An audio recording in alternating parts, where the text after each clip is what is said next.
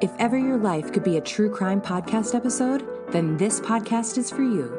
We're about to embark on a roller coaster of emotions, insights, survival, and stories about escape. So buckle up and let the journey begin.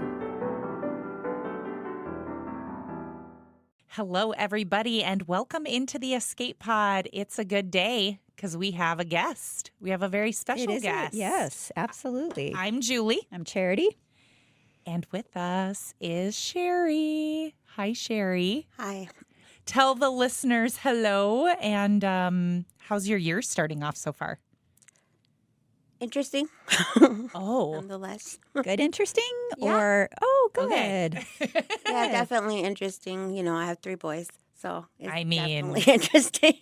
That means every day is interesting. She's got me by 1, and the 2, Oh, yeah, I know. yeah, can kind of put me over the edge sometime. Oh, yeah. Well, we're so happy you're here with us. We're going to kick off this episode the way we do pretty much every episode, which is what we are escaping from. Charity, do you want to go first? Or do you want me to go first? Because I already told you. It's a toss-up between the two things that you could probably say. So what are you escaping, Julie? So I told a story just before we started recording that my morning was very chaotic. We had a 2-hour late start for the kids going to school, which was fine. That wasn't really an issue, except I still had an 8 o'clock meeting here that we host here at OneHeart. So there was a lot of back and forth with the other person in charge of coordinating this meeting because we only meet in person once in a while. Most of the meetings are online. Of course, the one meeting this quarter we're going to meet in person is when it snows, and driving is a, potential problem for some people. Anyway, we settled on we'll move it to Zoom, but there are probably still people who are going to show up at our campus. So I said, I will make sure I'm there, whatever. Got here just fine, but I popped up my computer so that the few people that were with me in the room were on Zoom with me. And you know how they do like the preview picture of you? I left the house it's the such chance a for hurry. you to fix your hair, Yeah. Oh my gosh, I scared myself. Oh no. So I wanted to escape from that moment. But you had a late night. I had a late night and I had an early morning, and then just the craziness of the snow and the kids and that whatever. And so it just was not the day to have to get on a Zoom call. I had my you hair can was pretend, oh shoot, my camera's not working. Yeah, we didn't do that. There were other people in the room, so I wanted everybody to be able to see. We had a group there. It ended up being just fine. But man, it was a little bit frightening. Do you have the slider that covers your camera? I do. Do you remember when Ron could not figure out? He was our IT director. He's like, I feel like such an idiot. By the time we solved that, so he's getting on the phone with, I don't know if it was Dell or HP, and he's just like, the camera doesn't work. It seems like I'm looking at the driver for the camera. Everything's working, but there's no. And the guy just says, "Oh, is your shutter closed?" And Ron's like, "Ah." Yep, that's what it was. But you could just close your shutter and just say, I just don't know what's happening. I didn't. I wanted them to know we were there and we had a group there. And it ended up working just fine. And people were really nice about it. But I was mildly embarrassed. I'm like, whatever. What can you do? There's just some days. Okay, what's your escape? Well, I'm kind of, it's a love-hate thing, like escaping the whole sexy bingo thing last night. Yeah. Because I, like to be asleep by 8 or 8:30, and that didn't get to happen last night. Me. So I started getting that I go to bed early. Yes. But I wake up. Well, not that you, just that anybody can go to bed at 8 o'clock when you're past the age of It's the best, especially Are in the you winter. an early sleeper? No, I would love to be. She'd love to be that. I kind of would be too. That's what's so bizarre. I'm like, if I'm asleep by 10, that's crazy. It's just not my jam. Well, I think I was asleep by 10:30, and it just about killed me. So it messes up my whole week. So I loved it. It was fun. And I'll share with you something the organizer of it said. He said, because you gave him the tour of OneHeart campus, and he said, and he was doing a really good job talking about our programming and stuff last night. I was like, huh. not bad. You're This hired. was, for those listening, it's like a fundraiser that I didn't have to organize, which is kind of fantastic. The best. They do this once a week, and every month they choose a charity to support, and we get to be the charity. So thank you, Robbinsdale. Yeah, fun. A lot of women, a lot of ladies coming out, and Yeah. there's all kinds People of had a good prizes, time. trips, and fun stuff. But anyway, he's like, I have seen some amazing things. I've done some amazing things. And he said, I've been to Antarctica, I've stood on a pyramid, and I have toured OneHeart. And I'm like, whoa. I mean, it just took me aback, kind of took my breath away, like that we're in that caliber of like, you know, that's pretty cool. I mean, that's pretty cool. And we're not just blowing smoke when we say, when you come and see this campus, you'll get it. Yeah. And I think he invited the entire 200 people to come tour our campus. He kind of did. I was like, I wonder if he realizes I don't do tours for a full-time job. Yeah. Like I have other things I have to do too. But yeah, it was a good time. It was a good time. So speaking of OneHeart and how cool of a place it is, we're so happy to have one of the rock stars of this campus with us today. So I don't know. Do you know we talk about you that way, Chari? No, I don't. She's like blushing just a little bit. We do. You have done so much while you've been here. Do you mind just sharing a little bit about what brought you into this program? How did you end up at OneHeart? Well, my addictions actually.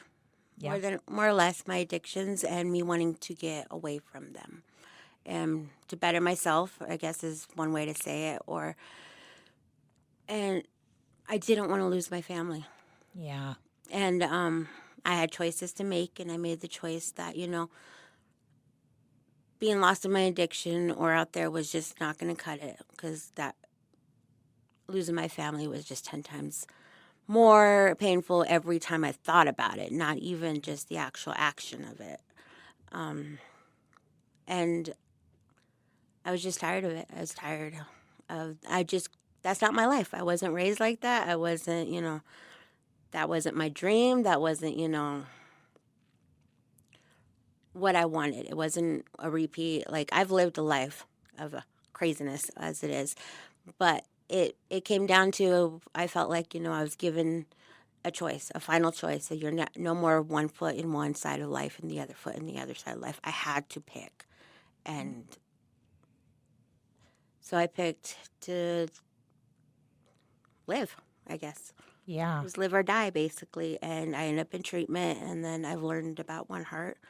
And then after 7 months of treatment, I came into OneHeart, and within, I don't know, I would say 7 months, I had my kids back home, and we've been here for over a year now together as a family. So, I mean, I'm going on 2 years here, a year and a half. But as a year with my family and my children, and learning how to, accept that, like, this is my choice. I choose to be a mom, and I choose to be happy, and I can honestly say I'm happy. I choose to continue to work on things about myself, and take the opportunity of having the support, the good support, positive support. And how do your kids, how did your kiddos respond to being reunited with you and on the campus, and how are they doing with everything? My kids love it here.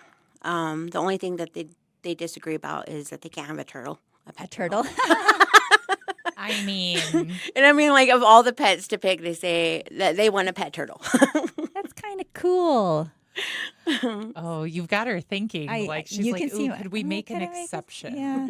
And then I'm like remembering my city council days, and someone wanted goats for therapy animals, and it was just like, and I got it, I understood it, but it's classified as a farm animal, and if we say yes to that, then there's all this stuff, and then there's neighbor problems, and then law enforcement. Like, it escalates. So let me think on the turtle.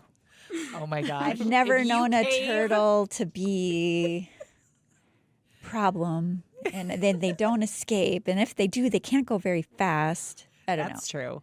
They can bite, though. You know that. Well, it depends on the turtle. It does depend on the turtle. Yeah. That's great. That's but they, cute, though. yes. Oh, and they're so stinking cute. Oh my gosh. Yeah, they love the staff here. Like safety, I can never say the full acronym, but they love the staff here. They love being able to talk to people. They call all the kids their friends here, the ones that have been here for a while, like since they've been around.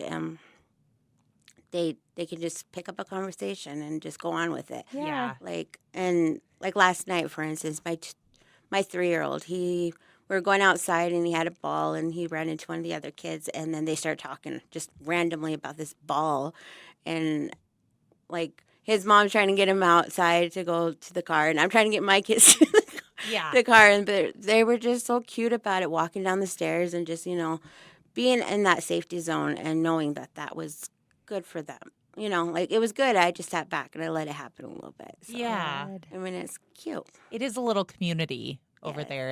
It's definitely growing. We opened in the middle of a pandemic, and those first few months, we didn't get a lot of opportunities to gather people because you weren't supposed to. And so I think that's a very cool thing. Now we're a few years in, and it can actually be a little bit more like an apartment complex, if you will. Yeah. So yeah, you definitely see some camaraderie growing, and that's nice, I think, for all of us to see. So you brought up the addiction that was part of the reason that you ended up here. Most addictions, though, stem from trauma. So how much do you want to dive into some of the things that you've dealt with in your life? I'm pretty open. Okay. I'm in trauma therapy, of course, but I have worked through a lot, and I know I've gotten to a point where I know my life story can probably help somebody, Yeah. or at least give them hope, like even just the tiniest bit of hope that there's something more, or you can survive it, some people it's just surviving it, and for me it's now I'm past the just surviving. I can actually live a life despite it. I love like that. That's amazing. How far back do your memories go? Was there part of a childhood that was good? Do you not remember good memories where? Well, I have been blessed with a good memory of my childhood. Okay. I do believe that, like, I'm getting older, so of course my brain is trying to reorganize all my memories, of course. But there have been good times in my life. I've been blessed. I have been blessed with people, and I think those were the things that I hung on to in order to get through my Yep. traumas. And then now that I'm older, and I'm going through my therapy now, we're realizing that those are now I can deal with them in a lot calmer state than say 10 years ago, even Sure. maybe even 5 years ago at this point, because I'm more open to the healing. Yeah. I did a video with you not too long ago, and you talked about hitting rock bottom, and that was really when you decided you had to change. Was there an incident that led to that? I feel like you talked about a fight that you were in. I got assaulted. Yeah. By Okay. several Thank you. people. Like Include- jumped? Like, yeah. Okay. Like wow. assaulted, jumped, beat the living crap out of me on the corner of the street, and people just driving by. Like, Oh my gosh. it broad daylight kind of thing. And it stemmed from, being in a relationship with a certain guy. And, Oh, Lord. women, and, it was I really don't want to fight for him. And it didn't matter at that point. She made up her mind. Yeah. Yeah. She got her cousin there. He sat there and watched. I mean, like, it was, and it, through the week was rough with him anyway. So I was already, like a wounded animal at that point. Yeah. Done. And it was pretty bad. I don't know how I made it like 5 blocks down. I walked 5 blocks afterwards. Someone came and pulled them off me. I don't remember making it, and it had to be pure adrenaline because at that point I made it to a store and I collapsed basically, and they called in the ambulance. And when I got out, I didn't look back because I have been through abuse before, and it just hit me like it's going to happen the exact same way it did before. And I ended up in prison for 15 years. I lost my kids. I lost my family. I lost so much of my life And I'm like, do I really want to go through that path again? Right. Because this time it's not going to be just losing my kids or just being out of their lives for a few years. It's literally going to be my life. Your life. Either Losing if your I'm life. as dead or life as in behind bars for the rest of my life. I did not want to do that path again. And I felt like, this was my do-over. Yeah. So do I do it again, just go back, or do I just do the one thing I thought I never could be strong enough to do, which was move forward and never look back? Yeah. So did that start with treatment, like agreeing to treatment? I went to Wavy, actually, because I had been trying to get in treatment because my kids were in foster care and they kept talking to me about it. And finally, because of my injuries and stuff, I started seeing the doctor regularly, like literally every day. They had me going to the clinic to make sure that everything was all right. I unfortunately had a miscarriage and stuff like that because of the incident. But I went in like it was probably day 3 afterwards, and I was talking to the doctor about it. I said, I need help. I need help. And she said, well, we have their BMS or whatever, the behavioral help. There happened to be one of my social workers when I was in foster care as a child. Wow. And Ended I up have being been- a counselor? Yeah, I've been in contact with her throughout my life. She's always been Oh, there. that's awesome. And I had lost contact for a few years.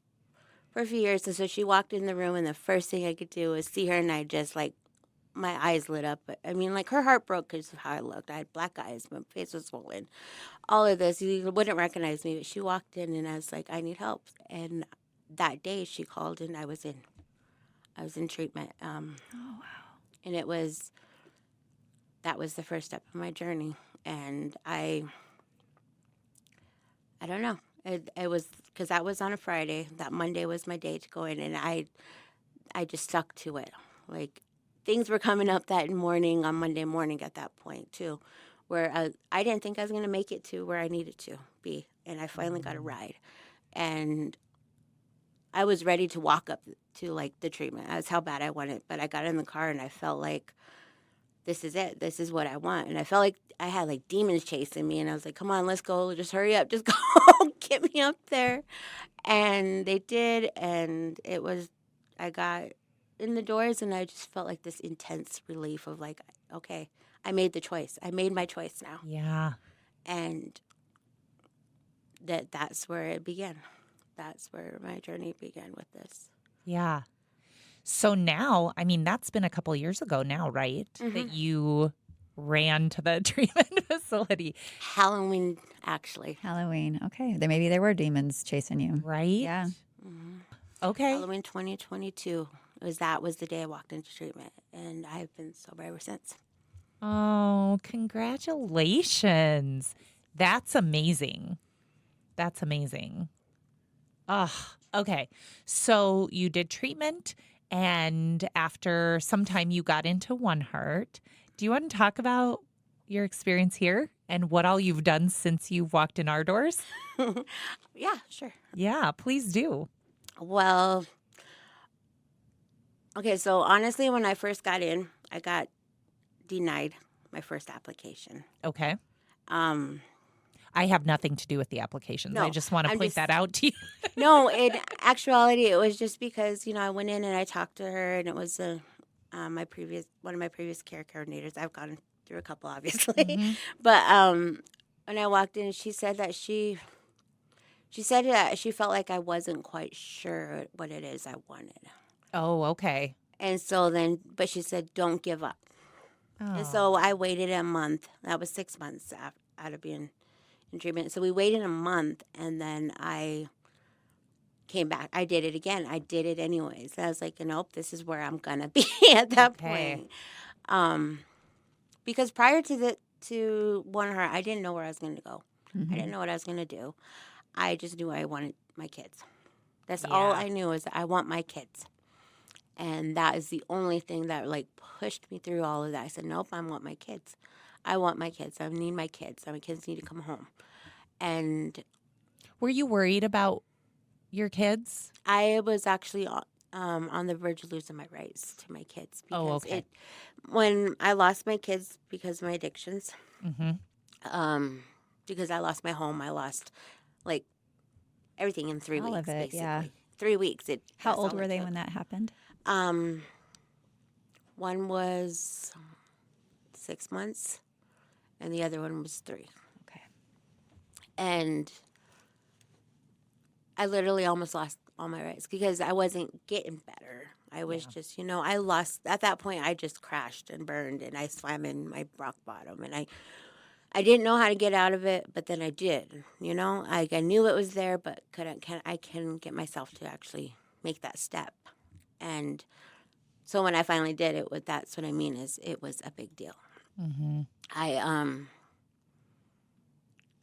Can I ask a question before I forget it? Do you remember the first time you used a drug? The first time I've ever used a drug, no. You don't remember? I was 7 Okay. years old. I'm 38. So I mean, like, that's the extent of that. Wow. And can I ask where you got it? My You don't have to name a name, but was it like a family member, a friend, an acquaintance? a family member. Really? Okay. Did you just take it, or was it given to you? I really don't know. Don't to be honest. remember? It's 7, man. like the older cousins, and you just go with them. You Yeah. just do what they do, and I mean, Yes, it's not. right. It's how a lot of, Yeah. addicts do end up starting, and that's how it was. Is you're not 7, you just got to be, and so they're stuck babysitting you, so you just got to go. Yeah. And then it's like, Yeah. you just do what they do. is what Smoke you a do. cigarette. Yeah. They smoke a cigarette. They drink beer. You don't like it, but you do it anyways. And so you can't tell on them because you did it too. Yeah. It's like, thinking back on it, it's insane because you were just a baby. Yep. Yep. Like, Well, and you didn't know, you didn't know the consequences potentially. You know what I mean? And I asked the question only because we've had a couple other guests who we've talked to or who have done guest panel discussions with community members. And there was another woman, female guest here, who commented that I think she said she did drugs the first time at 9 or 10, and she said I didn't know what I was doing. And that's why I asked, because I'm thinking, like, how many addictions start with kiddos who, like, they don't know that it's truly potentially taking over their body, and so Well, their brains. I mean, and well, their their brains are still brains. being developed, or it's what you see your people that you live with do. Like in my case, it's just Exactly. like, oh, this is just part of your This is everyday. what you do. Yeah. This is, you wake up, you do drugs. So That's wild. Yeah. Well, thank you. I mean, sorry to ask such personal questions, but that's fine. yeah. So Chari approached me after an orientation. I think I've talked a little bit in the past about what orientation is, and it's just my time to get to meet all of our new guests. And sometimes nobody says a word. I do all the talking, and sometimes and sometimes guests just feel compelled to share, and they show their gratitude, or it's just every one of them is different. And after one of those orientations, Chari approached me and was talking to me about some struggles and some things that, while it's starting to get more recognition here locally and abroad, I've talked to a lot of people who don't believe trafficking doesn't happen here. Yeah. And part of that is you get the panic things on social media circulating about these trafficking stings and someone's going to steal you from Target and all these things. And those are not even legit. And then people roll their eyes at it. And then when the real stuff is going on, they don't believe that this happens. So I reached out to our friends over at Call to Freedom in Sioux Falls, and they were very kind enough to send me some local statistics for South Dakota. And it's really eye-opening. So since 2007, the National Human Trafficking Hotline, this is where they pulled this data from, received 909 signals and identified 175 cases of human trafficking in South Dakota, with 579 identified victims. And a lot of it is, most of it is sex trafficking. Some of it is just like labor type of, like almost enslavement. You're going to work for me. Servitude. Yeah. Yep. A lot of it is that. Well, some of it is that. Most of it is sex trafficking, unfortunately. Federal and state law enforcement agencies have worked together to make nearly 100 arrests. This was, a lot of it comes from the Sturgis Rally and the activity that gets spurred with that time of year here. I think it's, the rally, like it or love it, has become a time for people to think the laws don't apply. Yeah, it is a little bit lawless. It's lawless. Kind of that attitude. It's the traffic laws are disregarded. You're supposed to watch out for motorcyclists, but a lot of them are making it very difficult to keep them safe. Right. Anything goes, and a lot of them get busted because they get, dragged into rings that, going into places they shouldn't be. But 39 trafficking arrests were made from 2019 to 2023. 92% of whom were South Dakota residents. Of all the U.S. cities, Rapid City has the ninth highest number of missing and murdered Indigenous women and girls cases not in law enforcement records. Huh. Yeah, and that while they can't prove it yet, but a lot of those unsolved cases, presumably, the thinking is there was trafficking, there was something like that going on, and it's hard when you can't find people. Shared Hope International released its annual state report cards on human trafficking responses and services, and South Dakota received a D, which is the lowest score given to a state, any state. And it's due to gaps in statutes that protect and serve victims of sex trafficking, particularly youth victims of sex trafficking. So it's really interesting. And Call to Freedom, this is what they will give them a shout out. This is what they do. This is what they focus on. In 2023, they served 419 clients and met the needs that these folks had. 86% were below the federal poverty line. 53% had experienced homelessness, and 38% of the people they served identified as American Indian or Alaska Native. And since they've opened in 2016, they have served over 1,400 people, and the majority of those individuals were from and trafficked within the state of South Dakota. And like I said, in just 2023, a total of 36 clients served by Call to Freedom say that their perpetrator was a family or household member, and an additional 28 said that it was a parent. Ugh. And, and we've seen that. I think we had it happen once upon a time where a person who wanted to get into OneHeart, and we knew the person, we liked the person, and then we come to find out that the person had been grooming their children for this. That was a really tough pill to swallow. And, there's addiction issues, there's poverty issues. There were definitely poverty issues, yeah. Definite poverty issues, definite trauma issues, all of the cocktail of all the things to make not good decisions and put your children in that situation. And I'm really happy to report, too, that because of OneHeart exists, we have facilitated, and this was a couple months ago, so there may be some more now, but 63 family reunifications. Yeah. Did you know that, Chari? Like, you're one of those 63. I know that from my perception with working with DSS and the court system, not only from a criminal side of probation and stuff, from my own drug charges, but also with my kids, OneHeart was highly respected. Yeah. That's the one perception I did get. It was very highly respected, and it was very, they knew you were here, and they let you come back, right? Yeah, is that true? they used it. So yeah, I used it kind of, like this is where I'm at and everything, and it helped me with my probation, getting put on probation. I'm not going to lie about that, but by the time that came through, and then that judge actually happened to end up being, because they all like switch up or whatever. Yeah, they can. And to close out my DSS case, so she ended up being the judge for that too. Very So like she gave me this opportunity, and I felt like I was able to come back and be like, yes, I'm still doing good. It was worth the risk. You remember which judge? I can't remember her name right now. She's got short hair. Oh, I mean, obviously they all do.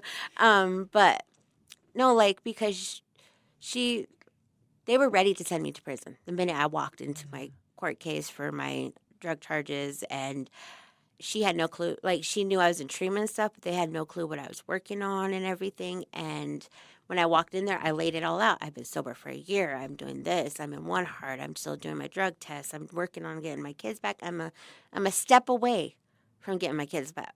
I said, but it all depends on what happens today. Yeah. And I said, if you guys send me to prison, I lose my kids. That's the final straw right there. But, or if you guys give it to me, I'm getting my kids back. And I know this. So I walked in there and she straight up said, I was about to send you to prison today. She said, I guess I'm going to have to tell that bailiff that you can't, that you're going out. And I walked out of there like in just shock because I got 4 years suspended from prison. I got 3 years on probation.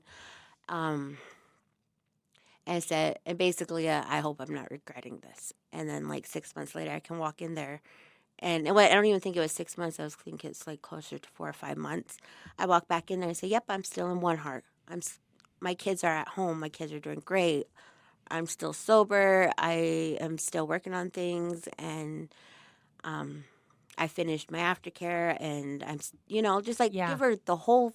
Yeah. Shebang of They don't everything. always get to see that side of things, right? So So instead of like prolonging the case like they were going to, she closed it out that day. She said, wow. "Oh, like I came in and proved you gave me a chance, and I'm giving you the results, and I'm not backing down from this."